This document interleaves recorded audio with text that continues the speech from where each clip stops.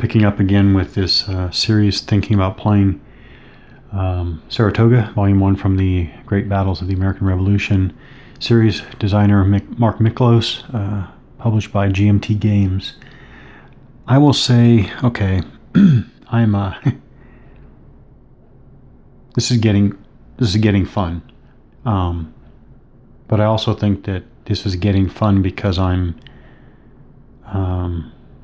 as much getting into the some of the core mechanics, like the tactics chits, as much as it's getting fun because I'm imagining how this is going to play in a face-to-face game.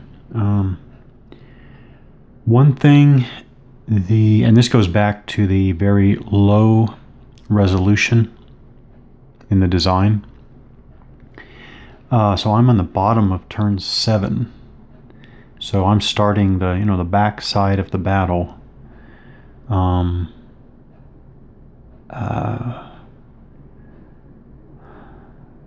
So with 1 hour turns, basically, the British side needs to hustle, I think.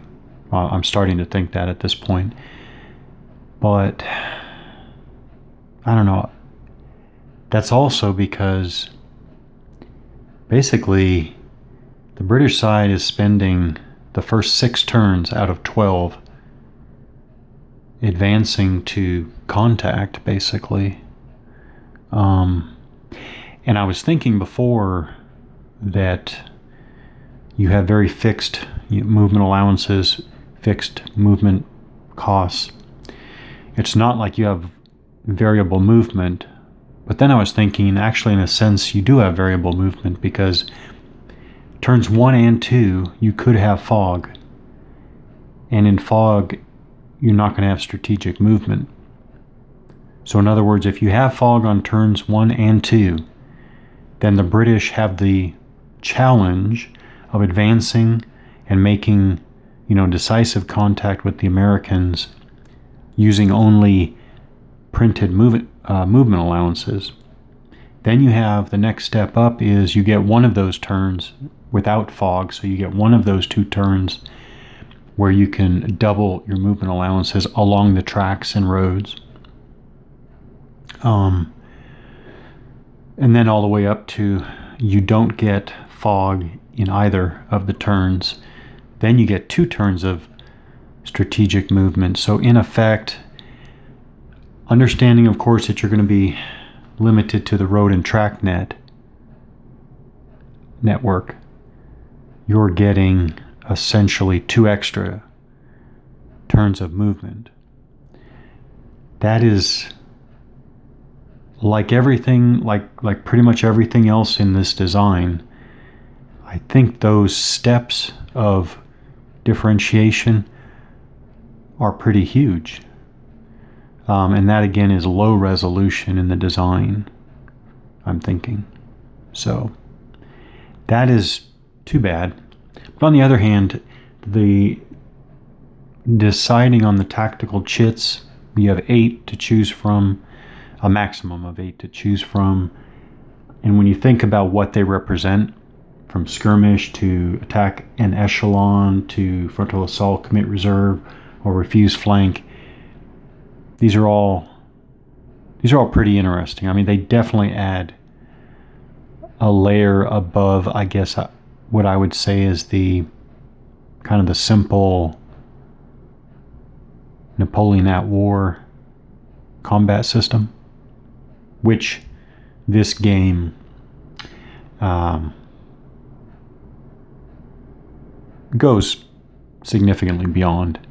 And one reason why it goes beyond, although not the only reason, is the whole tactical chits mechanic. Okay, so I thought I should show really quickly this next combat here. The Fighting Ninth British regular units, regular infantry, is attacking across this creek against the 2nd New Hampshire Regular American Infantry in the clear. So odds are 4-3 or 1-1. Went through. Lead units are obvious. DRMs. The morales cancel. They each have +1. No leadership bonuses are involved. And basically no unit types are involved because they're both just regular infantry. But the only one is the Fighting Ninth will have a -1 because it's attacking across the creek. So it's -1. Then we go to the tactics chit selection. What I had is I had the British skirmish. I don't know. At the time, I thought that was the best way to keep. So let's see what is the best tactic to keep your losses down. To keep your losses down as the defender, and you don't. Actually, that's not true. The Fighting Ninth is adjacent to Burgoyne. So actually, their leadership requirement is fulfilled. Same with the 2nd New Hampshire. Well, anyways, considering just the first 4 tactical options you get without a leader: skirmish, echelon, stand fast, withdraw. To keep your casualties down, defender.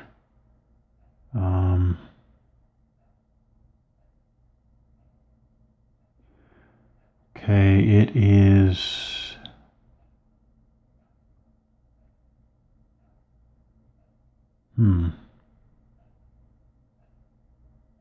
It's what? It is, no.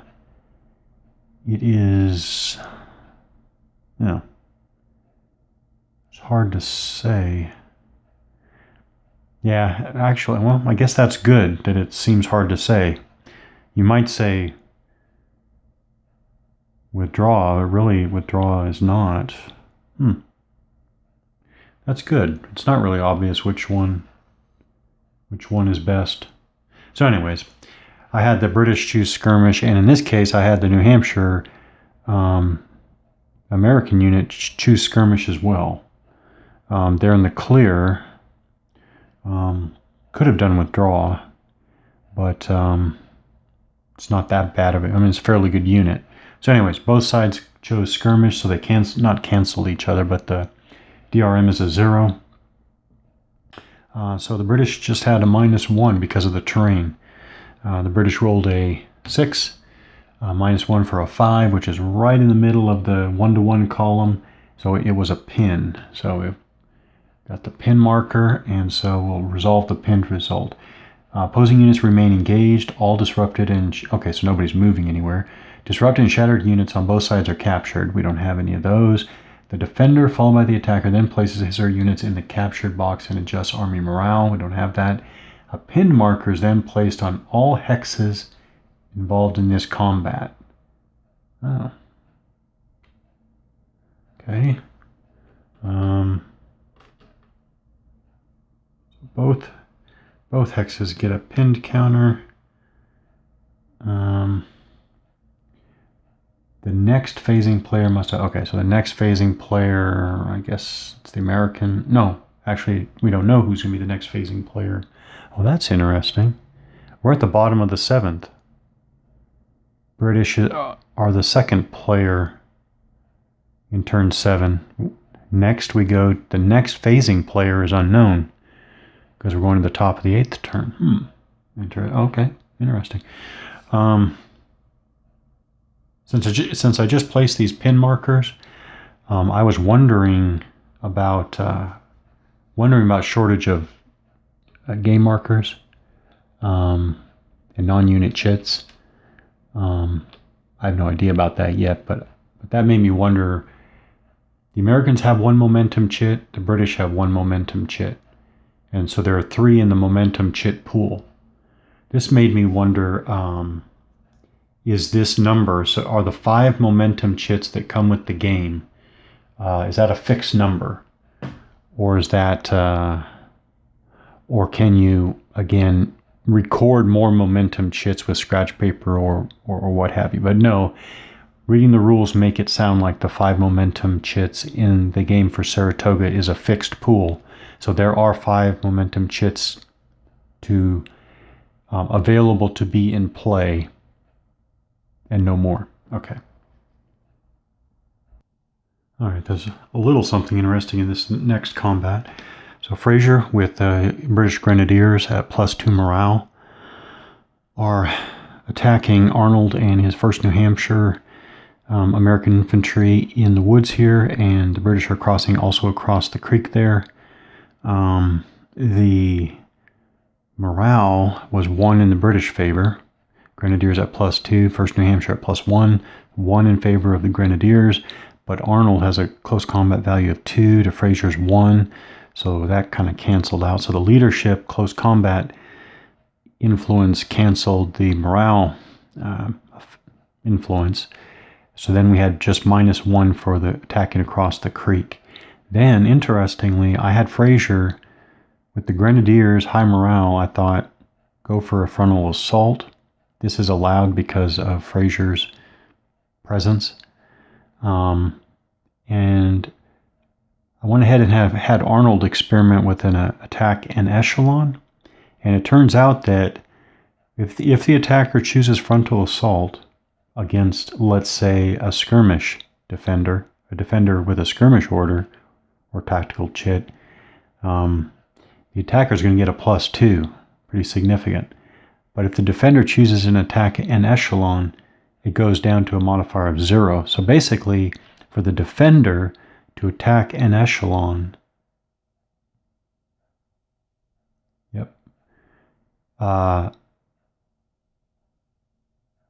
against an attacker that has chosen a frontal assault, it basically nullifies the frontal assault. So that was a 0. So it was just a -1.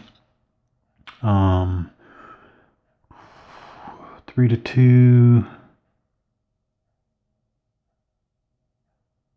Did I?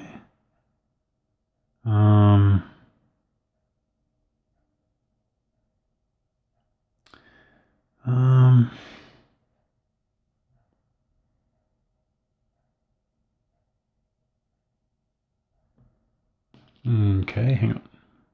Okay, yeah, I was about to make a mistake. So British rolled a 7 -1 for the final DRM. 6 on the 3 to 2 column is a defender retreat. So Arnold and his 1st New Hampshire retreat 1 hex towards the friendly side of the board. And then Fraser and the Grenadiers, well, the Grenadiers anyways, have to advance after combat. And there is no army morale adjustment. Okay, top of the turn 8. So this is 3 p.m., 1500 in the afternoon. Americans won the initiative check. I know Arnold and his forward force here are going to do a fighting withdrawal here. So I know of the 2 choices I have, the 2nd New Hampshire pinned there on the south side of the creek. I want to withdraw, so I hope I'm doing this right. So Arnold and his 1st New Hampshire are going to pull back 1 to the wood line there.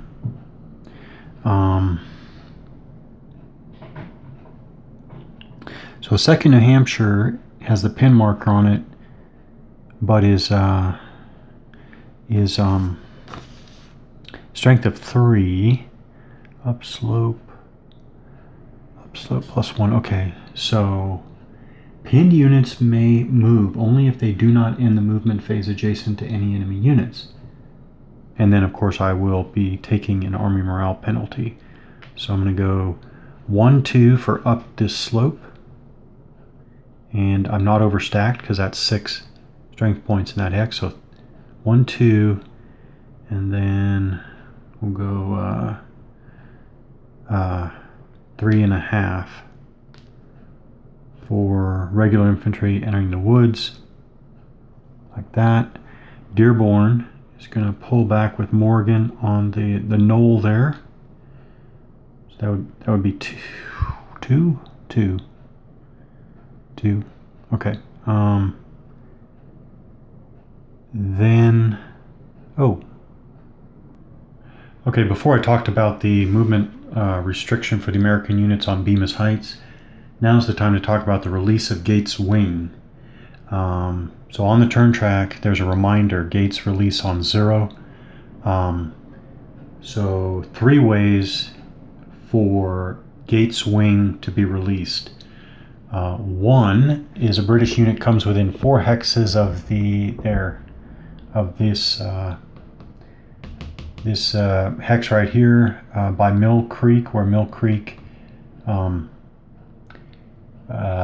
leaves the Hudson River, or within 4 hexes of the key Bemis Heights defensive point here, hex 1407 there, which is also an objective hex.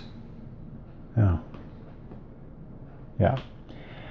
So within 4 hexes of either of those, or the American rolls for release of Gates. So at the start of each movement phase, starting on turn 8, this turn, American player rolls. It tells you that Gates is released on a 0, but I rolled a 2. So Gates' wing is still, locked to inside the Bemis Heights perimeter. And now back to the pin markers. After all movement is complete, the Americans are done moving. All pin markers are removed from units that are not adjacent to the enemy. So I'm taking this pin marker off of the Fighting 9th British unit, and I'm taking the pin marker off of the 2nd New Hampshire American unit here. However, because the American unit is the phasing player, this costs 1 in Army morale. So the Americans are going down 1 from 14 to 13 for that. Okay, it's the British player's turn, the bottom of the 8th turn. The British are pushing on both the Hudson River front and the Chatfield Farm front. It's the rifle fire phase, so both players' rifle units fire. For that, we only have Morgan's rifles here. They fired at this hex. First thing is they have to choose the target. There is an artillery unit here, and there is a regular British infantry unit. So Morgan's rifles chose the regular infantry unit. It's -1 because the target's in the woods.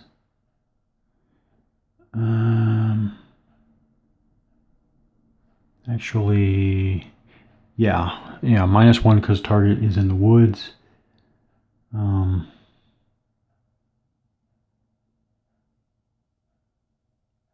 Yeah, so the American rolled a 4, -1 is a 3. Result against a non-artillery unit. There are 2 columns on the fire rifle damage table. One's versus non-artillery, one versus artillery. So I chose the regular British infantry unit as the target, so I used the non-artillery column. Modified die roll of 3 is -1 AM. That's -1 Army morale loss. So with that British Army 1 morale loss, the sides are tied now at 13. Now we're going to the close combat phase, and the British phasing player needs to designate all of his attacks. And all the action for close combat's taking place on the Chatfield Farm front. Fraser and his grenadiers are going to attack Arnold and his New Hampshire infantry. Over here, both of these American stacks are adjacent to enemy units, so they each have to be attacked. And all of these British units are adjacent to enemy units, so they have to attack. Now the one, it is an exception. It's called diversion. It's an advanced rule, but I like it enough that without question I'm going to play with it, but I need to explain it here. So again, normally it would be like the 62nd would have to combat the 2nd New Hampshire here to allow for Burgoyne and his infantry and artillery and the Earl of Balcarres to close combat close combat Morgan and Dearborn.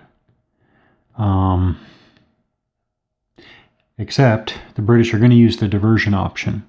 So during each close combat phase, the phasing player may designate one stack of defending units, and it's this one. So, I'm designating this stack right here as receiving the diversion or diversionary attack.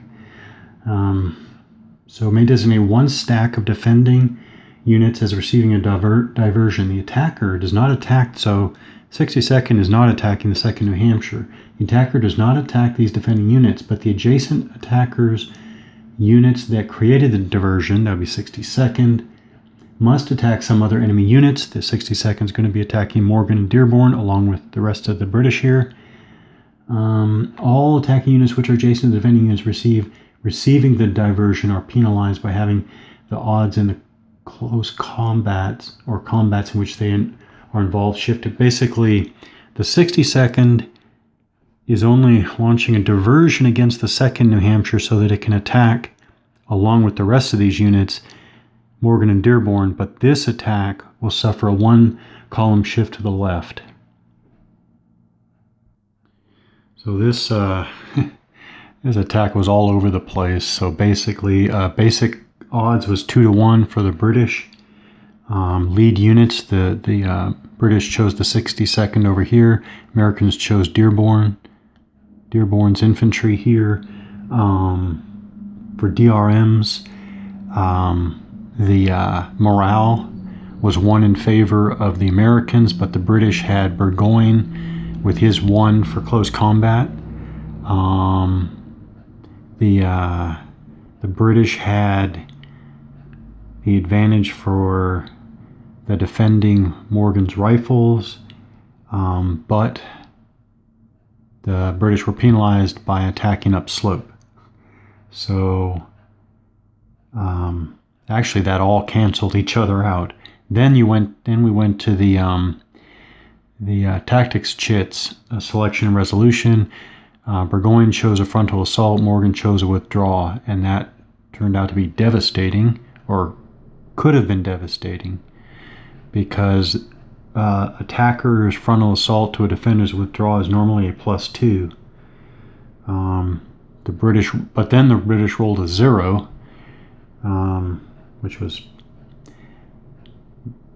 very bad. Adding 2, we wind up with an attacker retreat. So the Americans stand fast. 62nd retreats 1 hex, and Jones's artillery and the 20th British infantry, with the help of Burgoyne's presence, both of them passed their morale checks.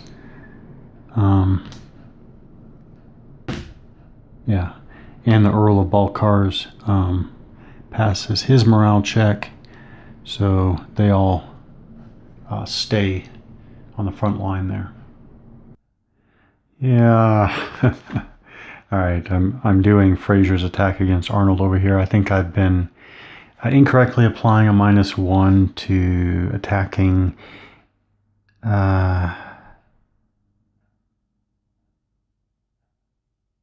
now I can't remember. In close combat, there's not a modifier for the woods. There is a -1 modifier for firing at a target in the woods, but not for close combat. Okay, so here, Fraser, actually they both chose attack echelon. Grenadiers have advantage in morale, but Arnold has an advantage in leadership ability. So it was all even. Even in modifiers. Wow. The British roll a 1. It's 3-2 column. 1. The British are disrupted. So I'm going to do the disruption, and the British are going to lose army morale for that as well. So Fraser retreated back here behind the creek, behind the middle branch. Again, I want to point out the obvious, that with the low resolution of this design. I mean, this is huge. Three hexes plus disrupted. Yep, and I just dropped the Army Morale one as well. Now it's true that when this unit rallies, I guess this is